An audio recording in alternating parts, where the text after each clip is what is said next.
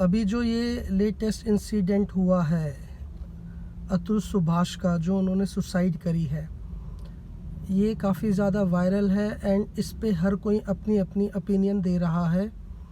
तो भारत का नागरिक होने के और साथ साथ एक इंसान होने के मेरा भी फ़र्ज़ बनता है कि मैं भी इस पे अपनी ओपिनियन दूं, क्योंकि I am an civil and interior designing contractor and मेरा मोस्टली काम दिन भर मतलब फील्ड का ही रहता है, कभी इस साइड पे कभी उस साइड पे।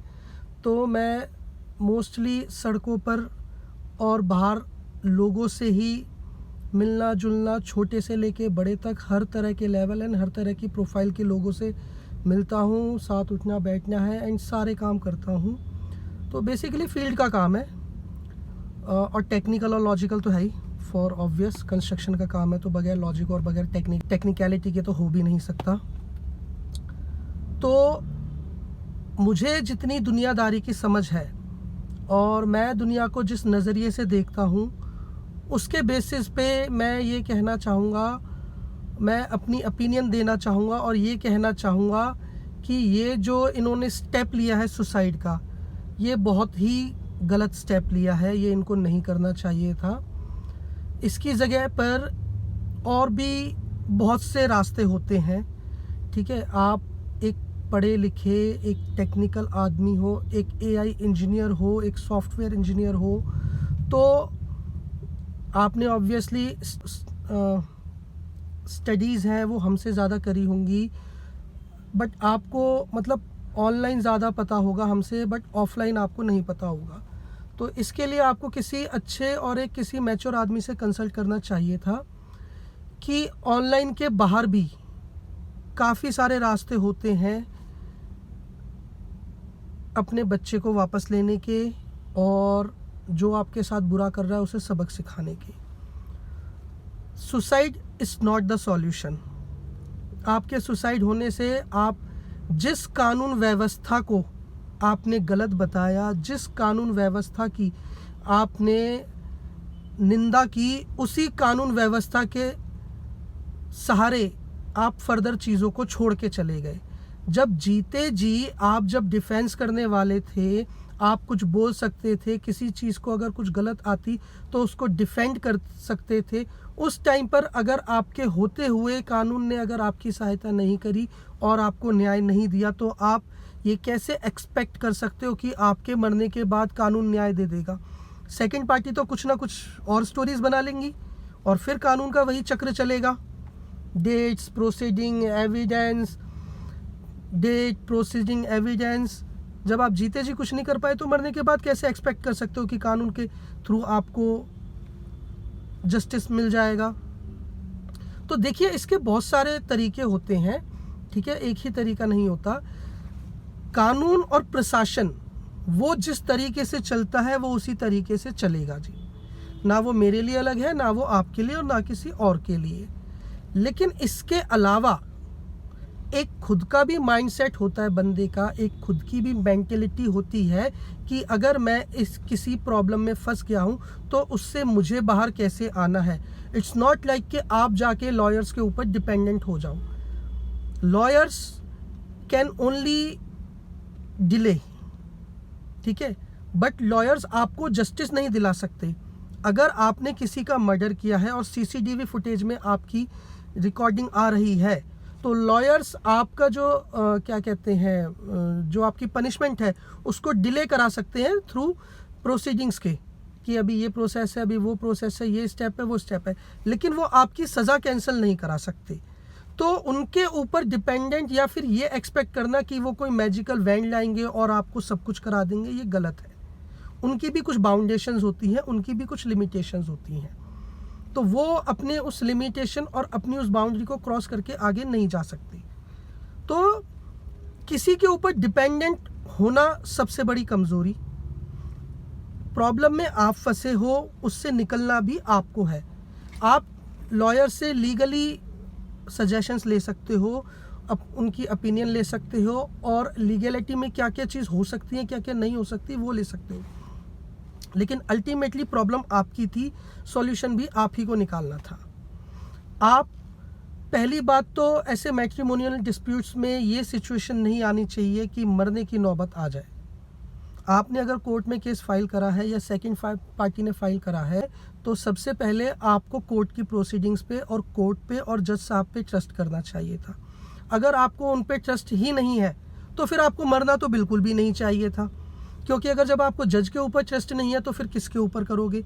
और जब किसी के ऊपर है ही नहीं तो किसके भरोसे ये वीडियोस और ये इतनी सारी डिटेलिंग छोड़ के चले गए कि मुझे न्याय दिलाओ? कौन दिलाएगा? जब आप खुद अपने लिए नहीं लड़ सकते तो कोई दूसरा क्यों लड़ेगा आपके लिए? सिंपल सी लॉजिक। अगर इंसान खुद अपने लिए खड़ा नहीं होगा तो उसके लिए कोई और क्यों खड़ा होगा? अपनी नौकरी, अपना घर, अपना परिवार सब कुछ छोड़ करके लिए उसके लिए क्यों स्टैंड बाय लेगा? सिंपल सी बात। अब आते हैं इसके सॉल्यूशन पे।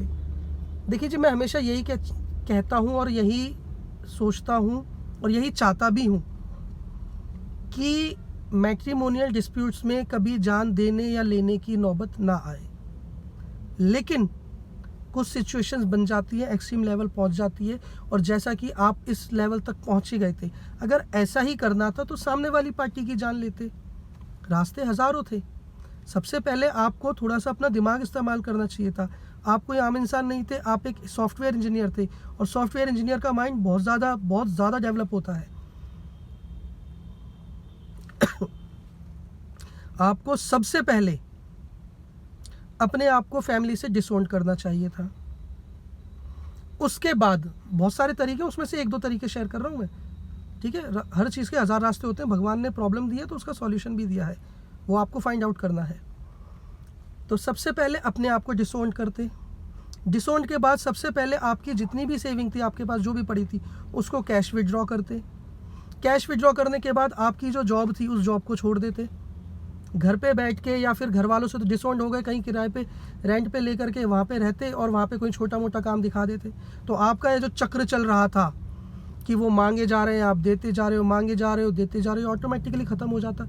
जब आपकी इनकम ही नहीं है तो आप किसी को कहाँ से दोगे? कितना पड़ता? 10-15 हज़ार। जी मेरी तो इतनी है, उतनी है। ऊपर से जब आप डिसोन्ड हो जाते तो आपकी फैमिली प्रॉपर्टी वो ऑटोमेटिकली बच जाती। और वैसे भी सुप्रीम कोर्ट का ऑर्डर आ चुका है अभी पिछले कुछ लेटेस्ट ईयर्स में कि माँ बाप की प्रॉपर्टी पे औलाद का कोई हक नहीं है। माँ बाप चाहें तो मर्ज़ी से दे सकते हैं, बट एज़ पर लॉ उनके जो रियल बच्चे हैं वो उनको क्लेम नहीं कर सकते। उनके पोता पोती जो है वो क्लेम कर सकते हैं, लेकिन जो उनकी रियल क्या कहते हैं बच्चे हैं वो उसको क्लेम नहीं कर सकते। माँ बाप की प्रॉपर्टी पर औलाद का कोई हक नहीं है as per supreme court judgement, जो कि मल्टीपल टाइम्स आ चुकी है।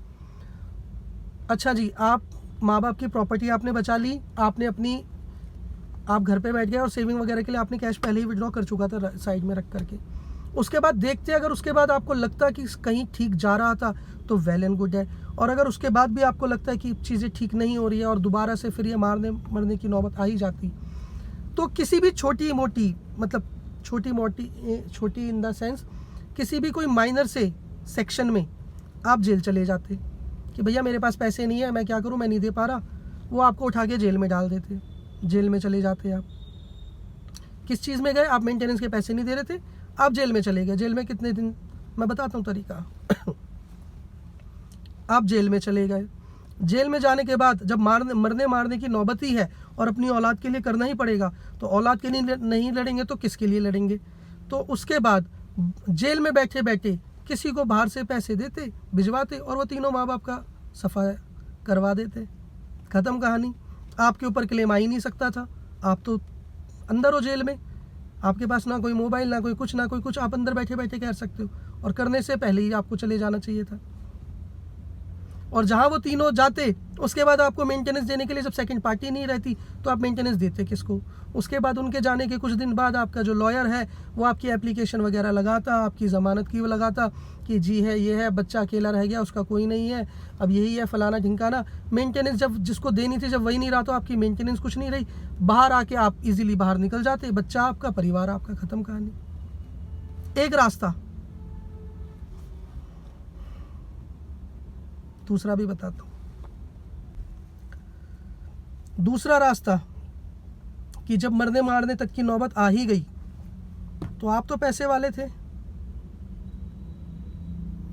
उनके घर वालों का सबका गेम करके आप जेल चले जाते 20 साल के लिए, जब मरने मारने की नौबत आई तो खुद मरने की बजाय सामने वालों को मारो। उन सबको मार करके खुद जेल चले जाते, और जब वो पार्टी भी नहीं रहेगी और आप भी जेल में रह गए तो उसके बाद बच्चा ऑटोमेटिकली आपके घर वालों को चला जाता, उसकी केयर टेकिंग हो जाती, ज़्यादा से ज़्यादा वो आपको नहीं पहचानता, मदर उसकी जा चुकी थी और उसके नानी वगैरह उन सबका भी वो भी ख़त्म हो चुके थे, तो बच्चा ऑटोमेटिकली आपके मदर पेरेंट्स पे, आपके मदर और फादर के पास जाता, वो अच्छे से पाल लेते।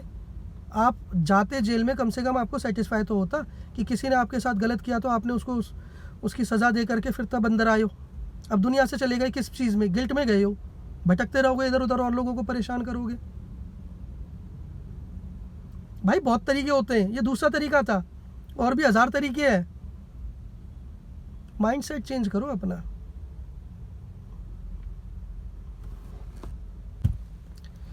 तो ये जो भी हुआ ये होना नहीं चाहिए था, बट हो गया, तो इसके 2 रास्ते तो अभी मैंने शेयर करे हैं, और उसके अलावा भी और काफ़ी रास्ते हैं।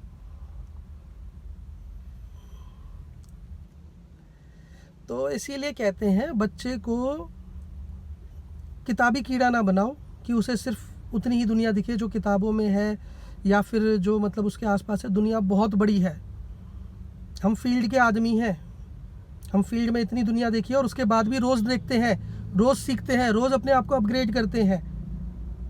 कैसी भी प्रॉब्लम हो, कुछ भी प्रॉब्लम हो, कितनी बड़ी प्रॉब्लम हो, सबका समाधान है और बहुत अच्छे तरीके से है। वो मोदी जी कहते हैं ना, आपदा को अवसर में बदलो, वही करते हैं हम रियल में।